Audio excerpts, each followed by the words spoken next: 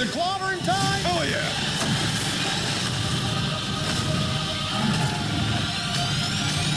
God, am I excited to see this movie. And you should be too. Is it because of the characters, the story, the cast, the costumes, the vibe, the colors, the hype, Sue Storm? It's everything. Although I do have to accept that I'm a bit scared. Maybe a little too much. Let's talk about it.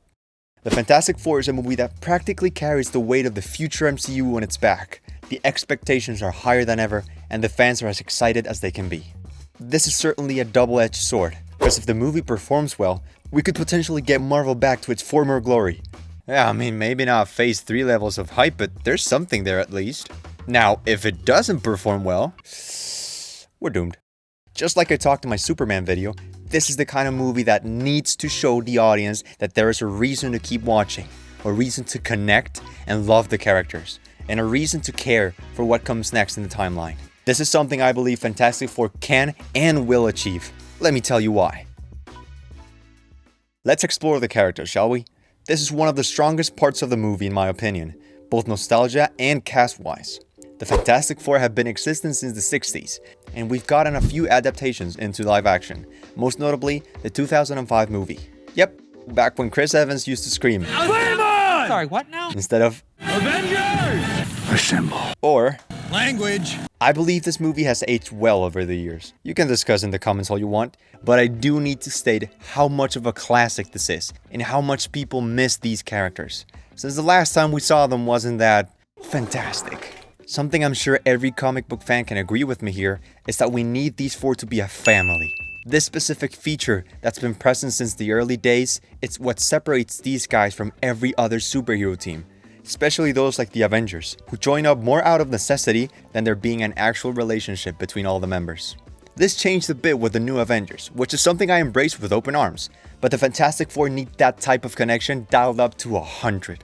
We have Sue and Johnny as siblings, Sue and Reed as parents, Ben and Reed as best friends, and other tiny interactions between the four that we need to see.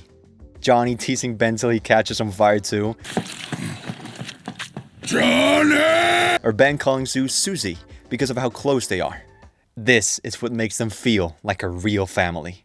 Can't forget individual character development though. Every member's story can and should be explored, since all of them can get real deep, real fast. Reed is the smartest man in the world. He believes every problem can be solved, so him saying that he doesn't know something, I don't know. is pretty scary.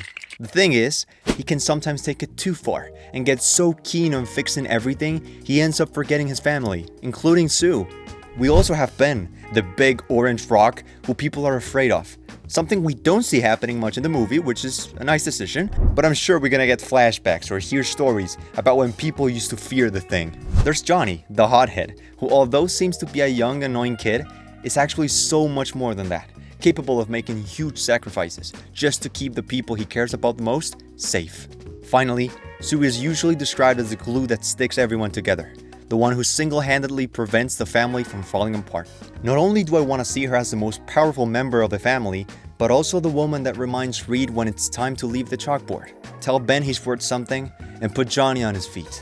Hey, if you're enjoying the video, don't forget to subscribe, since it really helps the channel a lot, and it helps me to keep doing videos like this. Thanks. So, what about everyone else? First of all, there's this gal, this dude, and this shot, which, if my math adds up, means the planet's about to get blown.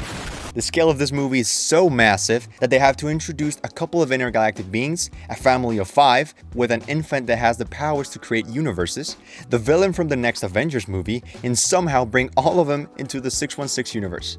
Easy, right? There's a lot of theories about who's really in the ship we see in Thunderbolt's post-credit scene, and whether Doom will play a big role in this movie, or just a small cameo at the end. Whatever it is, it has to work. That's where the fear I was talking about earlier comes in. This movie failing could mean an incoming mess relating to every Marvel project that is yet to come, especially Doomsday. Although it's just my opinion, it'll be hard to see the MCU recovering if one of the most important teams for the story isn't introduced properly, and people don't get to connect with it. I personally won't lose hope, but I'm afraid other people will. On top of that, there's a lot of characters whose stories have to be told in one movie, And although I trust the writers and the director, which is the same who directed WandaVision, I am curious as how they'll manage to fit everyone, while also making each character play a unique and important role, whether it's the heroes or the villains.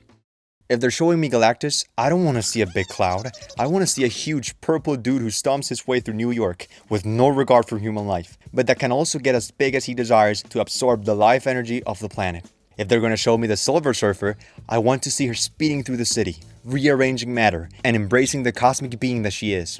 If you're going to show me Franklin, I want it to be worth it, so that we see him later in Doomsday or Secret Wars as the powerful character that he is, without it getting nerfed like other characters. Now, if you're gonna show me Doom, that's a whole nother story. Dr. Doom is many things. For one, he's Reed's old college rival who he blames for his scarred face, at least in the comics. He's also incredibly smart, being capable of building the very tech and armor he uses. And together with the fact that he's also a powerful sorcerer worthy of going against Doctor Strange, makes him worth the Avengers level threat. Especially if we get to see God Emperor Doom. TLDR, this used to be Thanos.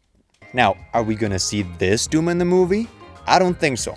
Or at least, his character won't be explored as much due to not having enough time during the movie to do so. But hey, that's just a theory. A film theory! God, we miss you.